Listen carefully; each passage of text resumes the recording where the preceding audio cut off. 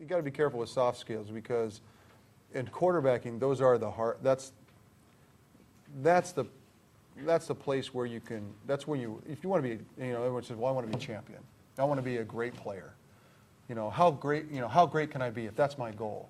Well, then you got to be with great people, because there's no way a great quarterback's ever going to do anything without a great team. I mean, no one ever says, the losing quarterback, oh, he's super. The team stinks, but he's super. We're in this together. And so when you really talk about those soft skills about kind of, understanding each, other person, to me, the element, and I'll call it love or respect or, getting to know somebody. I used to joke with Jerry Rice's wife, Jackie, that I knew him better than she did. And she's like, oh, come on, that's stupid, I'm like, Jackie, I see him under pressure. I see him when he's tired. I see him when he wants to quit. I see him in all these kind of extended places. Now, she'd say, well, that's not true. And it's probably right. I did it for effect, for Jerry, to make Jerry appreciate his quarterback. But because that's part of it, too. You want Jerry, because you want people, because every weekend you get into a football game, especially on the road in front of 80, 90,000 people, and the noise alone is enough to make you crazy. And then, you get tired, you make mistakes, you get behind, and, it's just human nature is I want to quit. I can't wait to get to the bus. You start smelling the fumes of the bus like it's this beautiful aroma. You're like, I just want to get to the bus so I can get out of here. And that's when you really know the guys around you. And you have to, as a quarterback, use those soft skills to make sure that individually you can start to corral your guys. I mean, it's like Jerry Rice, you had to be very careful about how you got him motivated. He was super motivated, but you almost, it had to be his idea to be motivated. You couldn't say to Jerry, Dan, Jerry, you son of a bitch, you better be, blah, blah, blah. He would bristle. He'd be like, hey, you can't make me. He's demand resistant, like probably most people in this building, in the room. Look, you can't. But if you could make him look at it in a way that inspired him, oh, he was like a rocket. If you said something that, one of my great tactics is the guy, I was overhearing the guy in the third row, and he says that you've never been good since you were in college, and you've been overrated. He'd be like, what? And then, other guys like Terrell Owens comes to mind, I played 3 years with. Now, he's world famous for his different antics. But when I played with him, he was very yes sir, no sir, wanted to be a great football player, wanted to work extra hard. We got into a playoff game where he dropped a bunch of passes, young kid in a big football game, dropping passes, and he came to me, please don't give up on me, please. Because he's saying to himself, here's this old quarterback, veteran guy. He knows better than, I'm not going to put up with that. Guy's going to drop passes in the biggest game. It's like, fool me once, shame on you. Fool me twice. That was the Dan Quayle thing, wasn't it, when he messed that one up? And George Bush has followed up as well. Potato, tomato, yeah. I'd be perfect politician. It could be your future career. Yeah. So, he knew better. And so, but what I told him is, first of all, because he's the kid that was young and impressionable and he wanted to do really well.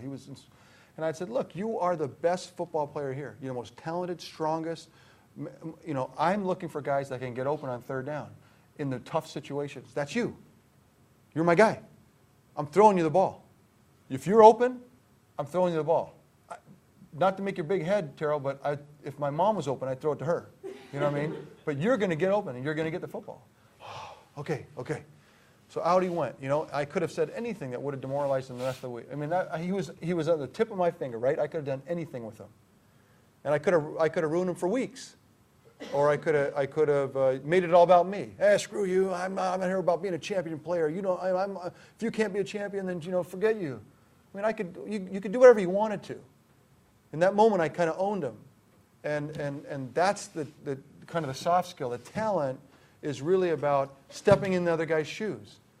Kind of that selfless way of kind of looking at, look, if I'm going to be successful, if I'm going to be because I'm going to be in the headline tomorrow in the playoff game. It's going to say Steve Young something, stinks or was great, and that being the fact, I can't, making my kind of my pecking order to Terrell Owens in the middle of the game, let him know that I'm the king, certainly is going to help me with the headline, right? If that's my incentive, which not necessarily is my incentive, I'm just giving you an example. And so those soft skills are really about standing in other people's shoes and inspiring them in individual ways. And the only way you can do that is spend time with them. The only way you can do that is get to know them, and that's why the locker room, on the road, in the planes, in the bus, at the hotel, training camp, in the dorms.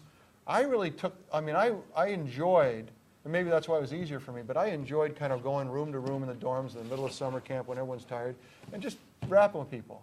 How's you doing? Getting to know their wives' names, getting to know a little bit about their kids, where they're from. So that now you got a rapport. Now you can use that rapport in the next day in practice when something funny happens. You go, "Oh, I bet you that didn't happen back in Knoxville." Now they know you know them. You know what I mean? And you're involved with their lives, and then that interaction starts to build and build and build, and it gets more layered. And then over time, you get with Jerry Rice. I've been with 15 years. Now it gets to a point where, you're going to negotiate with someone for 15 years, unless you're married. But I got to a point where Jerry Rice would be running down the field. And it happened very obviously many times when the crowd would be screaming as loud as they could. A lot of times you had to break the huddle, and everyone would be like, "What? What's the play?" And you're like, I can't explain it to everybody. We got to go. And so a lot of times I'd be under center yelling as loud as I could, and I'd look out at Jerry, and he'd be like, "What? Like, what am I supposed to do?" And I'd be like, and he'd be like, and then we'd snap the ball, and we'd start, and he'd start running, and I'd drop back, and I'd throw him the ball, and he'd catch it, and we'd go back. The game goes so fast, you don't have time to really appreciate those moments. But later, you'd say to yourself, neither of us knew what we were doing. We had no plan. But yet here he was running down the field, and because I'd been with him so long, you could see where he was going. Like I could tell what he was going to do by his body language. To me, that's an element of that soft skill.